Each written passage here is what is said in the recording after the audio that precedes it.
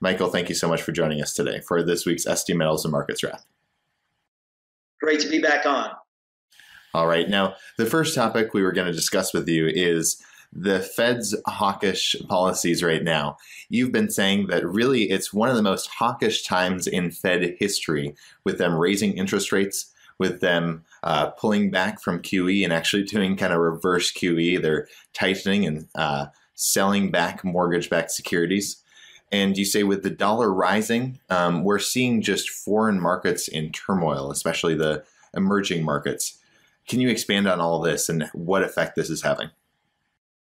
Well, the Fed raised 7 times, and they're going about now at a pace of 4 times per annum, so 25 basis points, about 100 basis points a year, which is 1%, which, you say, well, that's not the most tightening I've ever seen from a Federal Reserve in the history of the Fed since 1913. But wait a second. When you throw in QE, quantitative easing in reverse, also known as quantitative tightening, that is at a pace come October of 50 billion per month or 600 billion per year. So when you add 100 basis points of rate hikes per annum, 7 already in the hopper, and when you add in 600 billion of the dumping of their balance sheet, you have a very aggressive Fed in my opinion.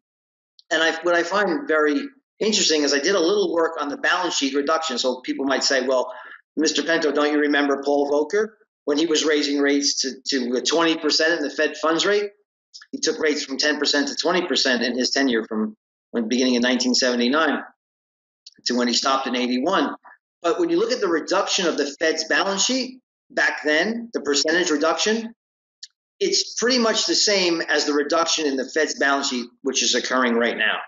So in my estimation, in the way I look at things, the way I look at the data, that this is perhaps the most aggressive tightening of a central bank, raising Fed funds rate and destroying money. Don't forget, when they sell their balance sheet down, the Treasury has to issue bonds to the public. So the public has to absorb this debt, $600 billion a year, and that $600 billion gets burned and destroyed by the Federal Reserve. That money is wiped out. So it's a very aggressive Fed, and the Fed is tightening, in my opinion, into an economy that's not really runaway crazy growth. We're growing at we were growing a little bit over 2% under the Obama years. We're growing perhaps at 2.8% per annum under the Trump years, and it's really not a situation where you have rampant money supply growth and runaway GDP growth. So they're tightening very aggressively into an economy that is just not all that strong. Hey, Michael, when you say they're tightening is akin to the late 70s with Volcker, are you talking about it in terms of percentage terms on the balance sheets? Yeah, that's exactly what I said. So if you look at the reduction, my work shows that the balance sheet under Volcker decreased by about 14%, and that's pretty much where you are going to be with the Fed's reverse QE. So when you add that balance sheet reduction with the tightening on the Fed funds rate, raising the cost of borrowing in this very over-leveraged economy, I will hasten to add that the economy wasn't anywhere near as leveraged under Paul Volcker as it is today. I mean, we have record national debt to GDP, which is 105%. It's only been eclipsed a very small amount of time right after World War II. If you look at corporate debt as a percentage of GDP at 46%, it has never been higher, even as a percentage of the economy. Nominal, it's off the charts. And even household debt is at a nominal high, although not as a percentage of income or GDP. So you never had such an aggressive Fed on top of record debt and record asset prices. I also hasten to add that asset prices weren't at a record in 1979 and 1980. Today, asset prices, so if you look at household net worth, which is primarily stocks and real estate as a percentage of the economy, has never been higher. It's way, well, not way over, but slightly over 500% of GDP. It's normally just about 300% of GDP. And of course, total market cap to GDP is at a record high. So you have record asset prices, you've got a record amount of debt, a record amount of corporate debt. Corporate debt is the structure of that debt has never been, the quality of that debt has never been lower. And you have a Fed that, in my opinion, has never been more aggressive. That's a pretty dangerous cocktail. Yeah. One other point you just mentioned about record global debts. I think the IIF a couple of days ago came out and they stated it's around 249 trillion now as of Q1 2018. So we're almost at 250 trillion, a quarter quadrillion in debts. And we just went over a couple of the differences. One other was the fact that emerging markets obviously took on a lot of US dollar debt in the last decade or so. So that's obviously throwing in a little bit of a curveball here as well. That's maybe perhaps one thing we could discuss. Yeah. So my figures, I used the McKinsey report has total debt at 270 trillion. It's about 330% of GDP. Has never been higher, up some 70 trillion from 2007. You mentioned emerging market debt. Emerging market dollar denominated debt is around $11 trillion.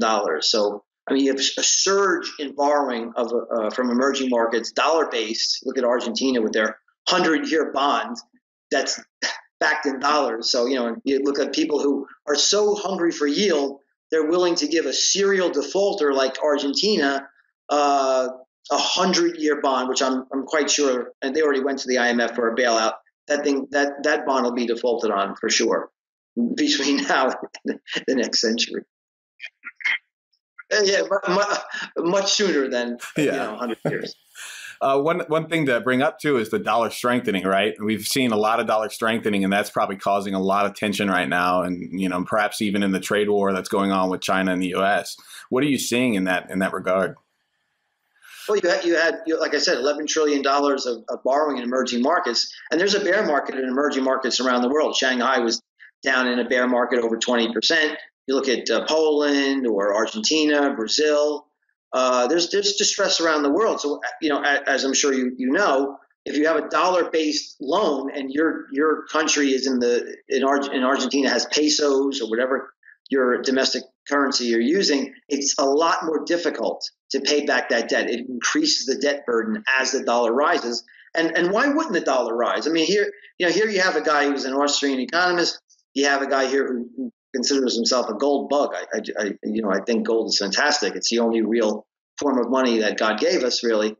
And then you say to yourself, well, what's going on with gold lately? Why isn't gold reacting well? Well, if you look at the dollar is rising because of interest rate differentials. You have a Federal Reserve that we just talked about could be the most aggressive Fed in the history of our central bank.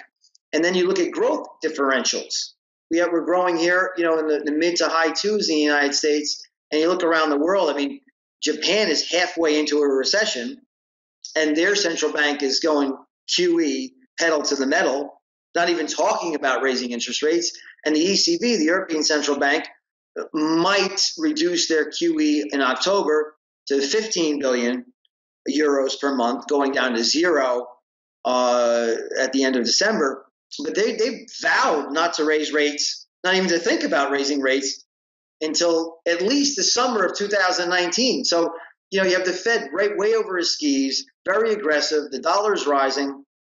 And also, when you have trade wars and you have a turmoil in the global economy, people tend to flock to the dollar for safety and into our bond market. So, yes. So if you have a trenchant gap between interest rate differentials and a trenchant gap in growth, then the dollar would stand to benefit. Now, you've talked about in our last interview and also in interviews after that with other people, especially on usawatchdog.com. You were recently on there, and you were talking about how you see a collapse coming later this year, possibly in October, for the U.S. economy. What do you think? Well, first of all, can you expand on that and maybe give us an update on how we're still progressing towards that? And then also, what is your perspective on how this will impact the gold market? Because last time in 2008, when we saw a collapse, gold took a big dive. So what do you think will happen to gold? Okay, so there's a confluence of events that really come to a head in the fall. So, I mean, I hope I can remember them all, but I'll give you just a few of them. Well, first of all, number one is, I'm going to be 55, so I can't remember everything, but I'll tell you this. So number one, the yield curve will probably invert with the next rate hike. So right now, the spread between the 2 and 10-year note, which is the yield curve, is down to 25 basis points as of this morning. 25 basis points. So if the spread between the 2-year note and the Fed funds rate remains constant, then the next rate hike in September, which is virtually guaranteed to occur, is going to completely flatten out that 2-10 spread.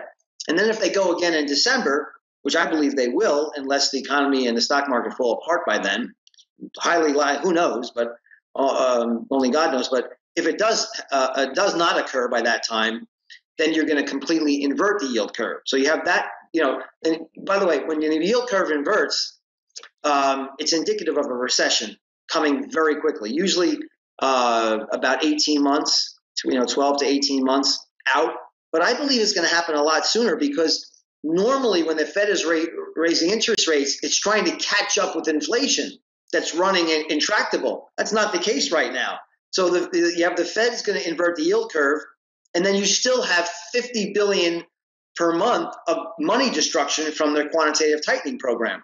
So, I mean, I believe, that's going to cause a recession to happen much sooner. Of course, you have the huge credit impulse from China now behind us. So that's another reason why I think things are going to become particularly salient in the fall. There's a good chance, unfortunately, that conservatives in the House of Representatives could lose the White House in the November elections. So that's another issue. The ECB goes from 30 billion to 50 billion euros. And that means that the amount of quantitative easing, which at one point for a stretch in 2016, 2017, on a monthly basis and on a global net basis, was $180 billion of quantitative counterfeiting each and every month. That in October goes to zero. Here's a couple more things that I managed to remember in my old brain. Is that the big stimulus, the tax cut stimulus, goes away. So you have earnings growth, which has been propelled into the mid 20% range because of this one-time deficit-fueled tax cut.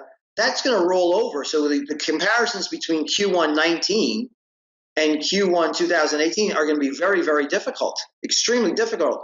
And that's going to be priced into the market usually about 6 months in advance. So that's another reason why the fall will be particular strident time. And lastly, the big impetus from corporate buyback. So you had corporate debt, as I mentioned, as a percentage of GDP, has never been higher. Corporations issue debt for what? To buy back shares. Well, you have interest rates that are now rising. LIBOR is up to 2.33% from pretty much almost zero. It was 0.3% not too long ago. So it's costing corporations a lot more to borrow money to buy back their shares. The tax cuts, that stimulus is going to wear off by 2019. And the repatriation of foreign earnings is going to wear off. So the big stimulus for corporations to borrow money and to repatriate earnings to buy back stocks, which is happening right now like it's never happened before, that all goes away in 2019. So you could have a recession, inverted yield curve, no more corporate buybacks, Republicans lose the House. I mean, there's a confluence of events that makes me very, very nervous for the fall. And when you add it all up to the fact, well, why are you so nervous in the first place? I'm not just a Cassandra. I'm saying that when you have the Great Recession of 2008 was a debt issue. People had just too much debt. Banks had too much debt. Everybody had too much debt, mostly household debt. But then it was bailed out by making the public sector insolvent and by making corporations, many corporations, especially corporations that have to issue junk bonds, insolvent. And that's why when you have record asset prices sitting on top of record debt, the worst thing that can happen is a dramatic slowdown in the economy. I predict one coming in the fall. And boy, it's going to, if you're not prepared, I own an active managed strategy. If you're not prepared and understand and be able to model and protect yourself from this, you very easily, I hasten to mention that the last two recessions, the stock market you lost 50% of your value. And it could get a lot worse this time because the simple fact is central banks don't have the bullets that they once had. Like I like to mention, what if Japan goes into a recession now? What is Mr. Kuroda going to do, the head of the central bank there? What is he going to do? Is he going to lower interest rates? Could he print more money? I don't think that's even possible to counterfeit more money at the monthly pace that they're doing. The ECB could go back into quantitative easing, but they certainly can't lower interest rates. And even our Federal Reserve, we're much better off in a better position. But all we could take back is, in my opinion, the 250 basis points that we will have at that time, say by the end of the year. 250 basis points is all we have. Usually takes over 500 basis points to lower the borrowing cost to save an economy and pull it out of a recession. So, then one more thing, balance sheets are strained across the globe. So, the public sector balance sheets, like we had this big TARP program, $800 billion. We're going to have deficits. I want to let you get a question in here because I know you probably get one.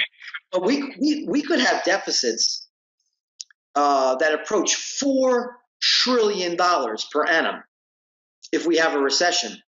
Is that really the time that you're going to have a massive stimulus package passed by Congress? I don't think so. So there's just not a lot of wiggle room. That's the big problem here. Once we have this recession, what can the government and central banks do about it? And let me just see if I can run through the numbers on that $4 trillion. So, I didn't just pull it out of the air. So you have $1.2 trillion baseline deficit in fiscal 2019. You got the $600 billion of reverse QE. You've got the diminished appetite for treasuries from China. They own $1.2 trillion in currency reserves, which they could threaten to dump if the tariffs hit very hard. They can only raise tariffs to the amount of U.S. imports from China, which are about 200 billion. But beyond that, they can threaten to reduce their value of their currency or sell their treasuries. So I don't know, are we up to about 3 trillion there? And then if you have a recession, the slowdown in revenue usually raises the deficit by $1 trillion. So if you have a $4 trillion, circa $4 trillion annual deficit, which would be about 16% of GDP, I don't think you're going to be able to pass a massive, a stimulus program. Right. Yeah, I mean, it's the psychological effects of trying to do that too might break people, and all of a sudden you might get unintended consequences that you never thought were possible. Well, you might have I wrote a book called The Coming Bond Market Collapse, and you could imagine what would happen if you had the Fed and the rest of the world go back into QE. They engage in this universal basic income scheme, which I think is coming. It's being tried all around the world, so it's coming. Paying people to stay home and drink and smoke cigarettes, basically being non-productive. And then you have helicopter money, UBI, negative interest rates. I don't think that's really good for the faith in fiat currencies, and certainly not going to be good for the bond market. Anything that's not being actively purchased by central banks, any kind of fixed income that's not being actively, and even if it is actively being managed by a central bank, it would just implode in price and the yield would go skyrocketing. So there's a lot of issues. There's a lot of issues coming down the pike that need to be dealt with by someone who has a good foundation in economics and in markets. Because if you're just like a buy and hold, everything is going to be kosher, let's just buy and hold and dollar cost average into stocks when they're at a record high, and we're on the precipice of a major worldwide recession / depression, with not much governments and central banks can do about it, you might have a problem. Yeah, you're going to have a problem. Yeah. Well, we're short on time, Michael, but real quick, What is your perspective on? Gold. I'm sorry, you said you were going to ask me about gold. Yeah, what is your perspective on how the coming collapse will impact gold? So gold. What gold loves, what the gold environment loves, is falling real interest rates and a weakening dollar. You know, if you're buying dollar, if you're pricing your dollar in gold, that's the cross you're using, pricing your gold in dollars. So when the Fed goes back, let's back up. When the economy slows down, that becomes manifest even to the automatons on CNBC, when that becomes manifest even to them, they can see it, and even to our Federal Reserve. When they stop raising interest rates, that's not going to be enough. When they stop draining the balance sheet, that's not going to be enough. When they go back into QE and they're able to get the dollar to fall and to get real interest rates to fall, when they're able to get inflation, that's when gold is going to skyrocket. Now, gold's not going to wait for that to happen. It'll anticipate that happening. So my best guess, I have a model. I look at prices. I look at the indicators. My best guess now is sometime in the fall, October, November, December. That's the time frame I think you're going to see a big, massive watershed turn, a bull market turn in the gold market. But stay tuned. You never know. You never know what's going to happen. But certainly, when one of the ramifications that it's virtually assured to happen is that the faith in fiat currencies is going to be obliterated. And that's what brings about inflation. Inflation doesn't come from people working. It comes from people losing faith in the purchasing power of their particular fiat currency. And I think that's going to happen on a global scale against gold. And it's going to happen soon. And that means you want to be buying some gold when it's on sale. All right. Well, Michael Pento, thank you so much for your time today. Before we let you go, did you want to share with the viewers where they can find you and any last thoughts you had? Well, you can reach me you can email me at mpento@pentoport.com. The office number here is 732-772-9500. And the website is pentoport.com. I just want to stress, I think I'm here for a reason. I think God puts everybody here on earth for a reason. I think one of the reasons why I'm here is to help people navigate through this coming tumult, which is going to be worse than, I believe, and worse than anything we've ever seen before on a global macroeconomic scale. And it's going to be very necessary to have someone here to help you preserve and protect your wealth.